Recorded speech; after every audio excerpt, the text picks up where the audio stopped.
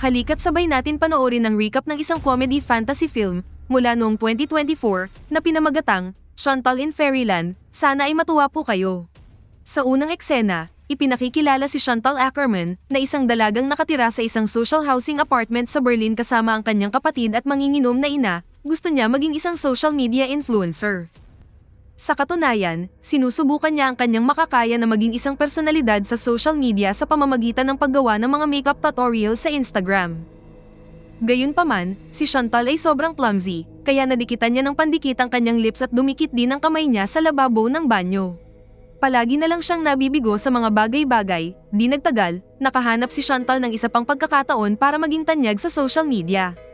Nakakita siya ng advertisement mula sa isang chewing gum company na pinangalan ng Crunchy Gum na nag-aanonsyo ng isang paligsahan para sa mga influencer na mababa ang followers. Ang sino mang makakalikha ng magandang ideya para i-advertise ang produkto ng kumpanya na itatampok sa kanilang susunod na ad. Walang dahilan para palampasin ni Chantal ang pagkakataong ito, kaya agad siyang pumasok sa trabaho. Makalipas ang ilang sandali, sinubukan niyang gumawa ng isang nakakaingganyong video sa pamamagitan ng kalokohan sa kanyang matalik na kaibigan na si Zeynep. Ngunit ang kaibigan niya ay hindi gustong maging bahagi sa content na ito kaya tumangging makipagtulungan. Sa halip ay sabik na suriin ni Zeynep kung nakatanggap siya ng imbitasyon ng apprentice mula sa isang law firm. Lumalabas na pareho silang nangako ni Chantal na magpapadala ng mga application form noong ilang linggo na ang nakakaraan. Ngayon ang araw na makakatanggap sila ng acceptance or rejection letter. Habang si Zeynep ay abala sa pag-aayos ng kanyang mga mail, napansin ni Chantal ang isang sober na nakapalibot. Kinuha niya ito at natuklasan ng isang acceptance letter mula sa law firm para kay Zeynep. Pero imbes na ibigay ito sa kaibigan, ito ay mabilis niyang itinago sa kanyang bag. Kasunod nito, hinila niya si Zeynep sa isang youth center para subukan ng isang part-time job na mababa ang sweldo. Regular na binibisita ni Chantal ang lugar na ito dahil mayroon itong libreng wifi na ikinaiirita ng mga guro doon. Hinihimok siya ng mga ito na maging maagap at subukan para sa mas magagandang trabaho sa ibang lugar ngunit walang pakialam si Chantal. Dahil alumni din siya, napipilitan ng mga guro na bigyan siya ng part-time job. Maya-maya, naging abala ang mag-best friend sa pagtuturo sa isang grupo ng mga bata para sa paparating na drama. Hanggang sa nakita ni Chantal ang isang gothic na mukhang full-body mirror na nakatago sa isang sulok ng silid. Siya at si Zeynep ay lumapit sa napakaruming antigo na salamin na may isang uri ng inskripsyon sa itaas. At ang dalawang magkaibigan ay nag-uusap sa harap nito, ang salamin ay biglang naging kasing linis ng bago. Nagbiro si Chantal na ito ay isang magic mirror habang iniisip naman ni Zeynep na ito ay ilang virtual reality gimmick. Gayunpaman, muling nagsimulang magkwento si Chantal tungkol sa kanyang paligsahan sa social media at kung ano ang plano niyang gawin para dito. Gusto niyang maging isang prinsesa habang binibihisan si Zeynep bilang isang mangkukulam. Pagkatapos ay darating ang isang gwapong prinsipe para iligtas si Chantal na isang prinsesa at hahalikan siya. Habang abala siya magpaliwanag kung paano gagawin ang ideya niya, biglang may kakaibang nangyari na nakakagulat.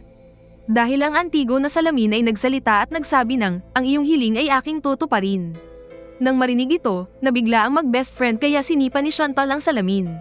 Ngunit, sa halip na mabasag ito, bigla itong sinisipsip ang kanyang binti. Sinubukan ni Zeynep ang lahat para iligtas ang kaibigan ngunit tuluyan siyang nakapasok sa loob ng salamin. At pareho silang nakarating sa kabilang panig, ito ang mahiwagang mundo ng Catania, kung saan naging katotohanan ang mga fairy tale. Hindi nagtagal, sinalubong sila ng isang espiritu na nagngangalang Sparky, siya ang tagapangasiwa ng mga portal sa pagitan ng dalawang mundo. Ibinunyag niya na ginising ni Chantal ang mahiwagang salamin na pinagbigyan ng kanyang hiling na maging isang prinsesa. At siya na ngayon si Rosalia Esmeralda, ang nag-iisang anak ng hari ng Catania, na si Wildreach. Ngunit idinagdag ni Sparky na ang hari ay isang malupit na sumira sa lahat ng mga portal dahil sa isang propesya. Ayon dito, may darating na isang taong pinili na magmumula sa isang malayong lupain at siya ang magpapabagsak sa kanyang pamamahala. Higit pa rito, binabalaan ni Sparky ang dalawa na mayroon silang 24 na oras hanggang sa muling magbukas ang portal. Pagkatapos, hiniling niya sa kanila na gawin ang kanilang mga gusto at huwag lang gumawa ng gulo. Sa kabila ng kanilang pagkabigla, iminumungkahi ni Chantal na i-enjoy nila ang oras sa pamamagitan ng paggamit sa kanyang katayuan bilang isang prinsesa. Pagkatapos ay lumabas ang dalawang magkaibigan sa silid kung saan sila napadpad para lamang matuklasan na sila ay nasa isang napakalaking kastilyo. Nang makarating sila sa lobby, nadatnan nila si Aladdin, ang pangunahing karakter mula sa aklat na Arabian Nights. Ngunit hindi siya isang magnanakaw o isang prinsipe, kundi isa siyang tagapaglingkod ng malupit na hari. Nakita ni Chantal ang gwapong binata at agad itong nilalandi. Ngunit bilang isang tagapaglingkod, siya ay tumanggi na tumingin ng diretso sa kanyang mga mata at agad na umalis palayo sa takot. Kasunod nito, pumunta sina Chantal at Zeynep sa hardin ng kastilyo. Hindi nagtagal ay nakita nila si Amalia, na isang maharlikang babae na engaged sa isang sikat na kabalyero ng Catania. Pagkatapos ay inimbitahan ni Amalia ang dalawa sa isang kasiyahan na nakaschedule sa susunod na araw. Kinagabihan, umupo sina Chantal at Zeynep kasama ang lahat ng mahalagang miyembro ng royal family para maghapunan.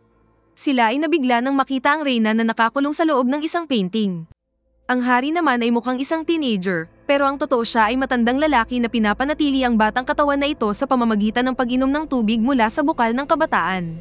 Sa ibang lugar, ipinakikilala ang lalaki na si Bosco, isang gwapong prinsipe mula sa karatig na estado. Siya ay umiibig kay Philip, na isang batang stable master na nag-aalaga ng mga kabayo ng kaharian.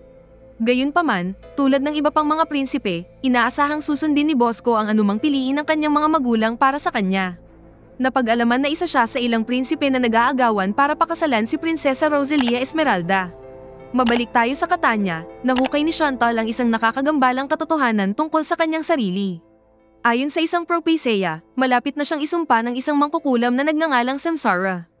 Ito ay magdudulot sa kanya para makoma o makatulog sa loob ng 100 taon.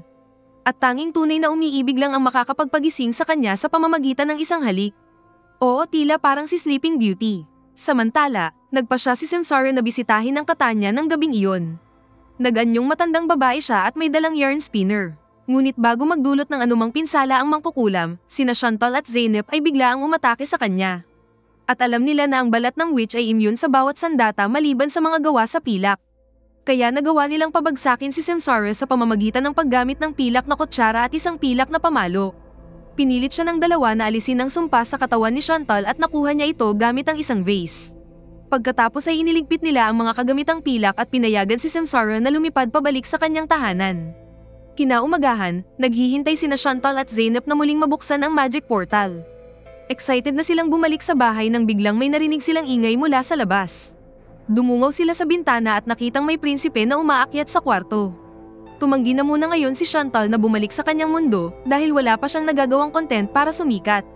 Kaya naman, kinumbinsin niya ang kanyang best friend na manatili muna hanggang sa matapos ang ginagawa niyang film na isang promotional video para sa Crunchy Gum kasama ang prinsipe. Kasunod nito, mabilis na nagpa siya ang dalawa sa isang plano at si Zeynep ay pumunta sa likod ng kurtina habang hawak ang cellphone ni Chantal. Ang dalaga ay nagpanggap na tulog habang si Zeynep ay nagre-record habang nakatago sa gilid. Hindi nagtagal, pumasok si Prince Bosco sa silid at siya ay nag-aatubili na sinubukang halikan ng Sleeping Beauty. Ngunit, nagising si Chantal bago pa man maglapat ang kanilang mga labi at agad na nagsimulang mag-acting para sa kanyang promotional video. Sinusubukan niyang akitin ng prinsipe na ipahayag ang kanyang pag-ibig ngunit malinaw na hindi mahilig sa babae si Bosco. Dahil sa kanyang kaba, nasagi niya ang kalapit na vase at aksidenteng nakawala ang 100 taong sumpa ng pagkakatulog. Ang sumpa ay nagsimulang umikot-ikot sa paligid ng silid at dahil dito nabasag ang mahiwagang salamin bago pumasok sa bibig ng prinsipe. Dahil sa aksidenteng ito, nagkaroon ng problema ang dalawang magkaibigan. Ang unang problema, nawalan ng malay si Bosco dahil nalunok niya ang 100 taong sumpa. Pagkatapos, ang mahiwagang salamin ay nabasag, na dahilan para magsara ang pinto ng salamin at ito lang ang tanging paraan para makauwi ang dalawang babae. Nang wala ng ibang paraan, tinawag ng dalawa si Sparky, na galit sa gulo na kanilang ginawa. Sinabi niya sa kanila na walang sino man ang maaaring makaayos ng mahiwagang portal maliban sa isang baguhan na mangkukulam na may natural na mga kaalaman. Nang marinig ito, naalala ni Chantal ang kanyang hiling dahil hiniling niya sa kanyang sarili na maging isang prinsesa at ang kanyang kaibigan ay maging isang witch. Malinaw na kailangan ng magsanay ni Zeynep na maging isang baguhang mangkukulam upang ayusin ang salamin. Ang dalawa ay nagpas siyang pumunta kay Samsara na nakatira sa malalim na enchanted forest. Pagkaalis ni Sparky, itinago ng dalawang babae ang walang malay na katawan ni Bosco upang walang makahanap sa kanya. Pagkatapos ay bumaba sila at nakasalubong nila si Aladdin na sinubukang iwasan sila. Ngunit agad na humingi ng tulong si Chantal sa kanya, pero atubili siyang pumayag na gawin ang anumang hilingin nito. Pagkatapos ay ipinakita niya sa kanila ang kanyang ancestral carpet na nangangailangan ng maraming repair dahil ito ay napunit mula sa maraming lugar. Gayunpaman, tinanong ni Zeynep si Aladdin kung alam niya ang daan patungo sa enchanted forest. Ang lalaki ay tumugon sa kanila at hindi nagtagal ay inakay sila palabas ng kaharian sakay ng 2 kabayo. Ilang oras silang naglakbay at sa wakas ay nakarating na sila sa pasukan ng enchanted forest. At dito, pumasok na sina Chantal at Zeynep habang si Aladdin ay nanatili para bantayan ang mga kabayo. Makalipas ang ilang minuto, nakita ng dalawa ang isang malaking cottage na gawa sa kahoy at maingat na pumasok sa loob. Malapit na nilang makaharap ang nakatira dito, na si Samsara, ang masamang witch na gumawa ng 100 taong sumpa kay Prinsesa Rosalia. Nakahanda na siyang alisin ang dalawang babae, nang bigla niyang napansin ang kwintas na suot ni Chantal. Dahil dito ay napagtanto ni Samsara na hindi sila taga dito at agad na lumuhad sa harap nila. Pagkatapos ay ibinunyag niya ang isang prophecia na nagsasabi tungkol sa isang bayani mula sa kabilang mundo. Napapasok ang bayani na ito sa Forbidden Castle, kung saan makakahanap siya ng asul na brilyante. Gamit ang makapangyarihang hiyas na ito, ang bayani ay magdadala ng kapayapaan sa kaharian at ito ang magpapabagsak sa malupit na hari. Dahil ang kasalukuyang hari, na si Wildrich, siya ay isang masamang tao na nagpalayas sa mga witch mula sa Catania. Bago ang kanyang pagupo, ang mga witch ay dating nagtatrabaho bilang mga komedrona na tumutulong sa mga kababaihan na mga anak ng mga sanggol ng ligtas. Ngunit pagkatapos marinig ng hari ang prophecia, naghinala siya sa lahat at pinalayas ang lahat ng mga mangkukulam. Pagkatapos ng paghahayag na ito, binigyan ni Samsara si Chantal ng compass na gagabay sa kanyang daan patungo sa Forbidden Castle. Pagkatapos ay umalis si Chantal sa cottage na may dalang libro na naglalaman ng mga lumang spells habang si Zeynep ay bumalik upang magsanay at maging isang tunay na witch. Makalipas ang ilang oras, bumalik si Chantal sa kanyang kastilyo at sinubukang gisingan si Bosco gamit ang kanyang nakuhang libro ng mga spells. Habang abala siya sa pagbabasa ng libro para makahanap na tamang spell, bigla siyang nakarinig ng ingay mula sa labas. Kaya nagtago siya sa likod ng mga kurtina at nakita niya si Philip na umakyat sa silid sa pamamagitan ng bintana. Nakita niya ang si Bosco na nakahiga at walang malay, di nagtagal, hinalikan niya ang lips ni Bosco. Sa kanyang lubos na pagkagulat, ang prinsipe ay biglang nagising na nagpapahiwatig na ang dalawa ay para sa isa't isa. Masayang-masaya si Chantal na lumabas sa kanyang pagtatago at binati ang dalawang nag-iibigan. Ngunit naputol ang kanilang pagdiriwang nang makarinig sila ng katok sa pinto. Mabilis na nagtago sa balkonahe si Philip na hindi dapat nandito. Pumasok ang hari sa silid, makalipas ang ilang segundo at nakita niya si Chantal at Bosco na magkasama.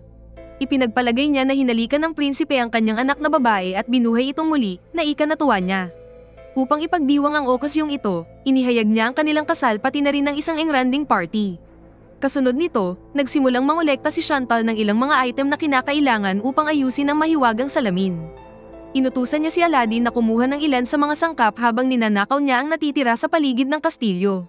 Bilang kapalit sa pagtulong sa kanya, lihim na inaayos ni Chantal ang carpet ni Aladdin na inilalagay ito sa mahika na natutunan niya mula sa kanyang libro. Pagkalipas ng ilang araw, bumalik si Zeynep sa Catania matapos ang kanyang ritual ng pagiging witch. Nakipagkita siya sa kanyang matalik na kaibigan at inayos ng dalawa ang magic mirror gamit ang kapangyarihan ni Zeynep at ang mga sangkap ni Chantal. Gayunpaman, ang lahat ng madilim na salamangka sa loob ni Zeynep ay ginawa siyang kainahinala sa lahat ng tao sa paligid niya. Nawalan siya ng kontrol sa sarili at nagsimulang salakayin ng kanyang best friend na napilitang tumakas mula sa silid. Nang makita ng ina ni Bosco si Zeynep ay agad na napagtanto na siya ay isang mangkukulam. Ilang sandali pa, dumating ang mga sundalo sa lugar at iginapos si Zeynep ng mga kadenang pilak. Aarestuhin din nila si Chantal dahil sa hinalang mangkukulam din ito. Ngunit nagawa niyang lumipad palayo kasama si Aladdin sakay ng kanyang carpet bago siya mahuli. Nang walang ibang mapupuntahan, lumipad ang dalawa sa Forbidden Castle kung saan ibinaba ni Aladdin si Chantal. Plano niyang samahan siya ngunit sinabi ni Chantal na dapat niyang gawin ang paglalakbay ng mag-isa. Pagkatapos ay nagpalitan ng dalawa ng necklace at matapang na pumasok si Chantal sa loob ng kastilyo. Hindi nagtagal, nakarating siya sa inner crypt kung saan nakatago ang asul na brilyante. Ngunit bago niya ito makuha, isang mabangis na dragon ang lumabas mula sa kailaliman ng isang kalapit na kuweba. Ito ay isang malaking halimaw na may mabangis na apoy sa kanyang mga mata. Gayunpaman, nananatiling kalmado si Chantal at sa halip na tumakas, sinimulan niyang kausapin ang nilalang ng may pagmamahal. Sa kanyang lubos na pagkagulat, ang malaking dragon ay nagmistulang parang maamong tuta. Mukhang nagustuhan ng halimaw si Chantal at handang tumulong sa kanya. Kasunod nito, kinuha ni Chantal ang asul na brilyante mula sa isang lumang trono na inilagay sa loob ng castle. Mabilis siyang sumakay sa kanyang bagong alagang dragon at lumipad ang dalawa pabalik sa Catania. Huminto sila pabalik at binisita ang Fountain of Youth na dalubhasang nakatago sa gitna ng kagubatan. Ang dragon ay nag-imbak ng maraming tubig sa kanyang bibig at sila ay nagpatuloy sa paglalakbay. Makalipas ang ilang sandali, dumating sila sa Catania kung saan nag-organisa ang hari ng isang malaking pampublikong seremonya. Nakatali si Zeynep sa isang poste sa gitna at malapit na siyang masunog ng buhay dahil sa pagiging mangkukulam. Ngunit mabilis na namagitan si Chantal at sinabihan ng dragon na dumura ng tubig patungo sa hari at sa kanyang mga tauhan. Dahil dito, ang epekto ng tubig ay upang maging mga sanggol ang mga ito sa loob lamang ng ilang segundo. Matapos ma-neutralize ang kanyang mga kaaway, pinalaya ni Chantal ang kanyang best friend na si Zeynep. Pagkatapos ay kinuha niya ang korona ng hari at inilagay ang asul na brilyante dito. Ito ay nangangahulugan na siya ngayon ang pinuno ng Catania at binibigyan siya ng mahiwagang kontrol sa kaharian. Gamit ang kanyang mga kakayahan, pinalaya ni Chantal ang reyna mula sa kanyang larawan. Ipinahayag din niya na si Amalia ang magiging pinuno ng mga kabalyero na responsable sa pagbabantay sa kaharian. Ilang sandali pa, bumalik sina Chantal at Zeynep sa silid kung saan ganap ng naayos ang mahiwagang salamin. Nagpaalam na rin sila kay Sparky at sa wakas ay bumalik sa kanilang mundo. Pagkatapos ay makikita natin si Chantal na binigyan ng isang libro para sa lahat ng kanyang serbisyo sa Catania. Nakapaloob dito ang lahat ng adventures nila ni Zeynep sa Fairyland. Higit pa rito, ibinigay din ni Chantal kay Zeynep ang kanyang acceptance letter mula sa isang law firm. Nagtatapos ang pelikula ng isinantabi ng dalawang magkaibigan ang lahat ng kanilang pagkakaiba at nangangako na mananatiling magkasama magpakailanman.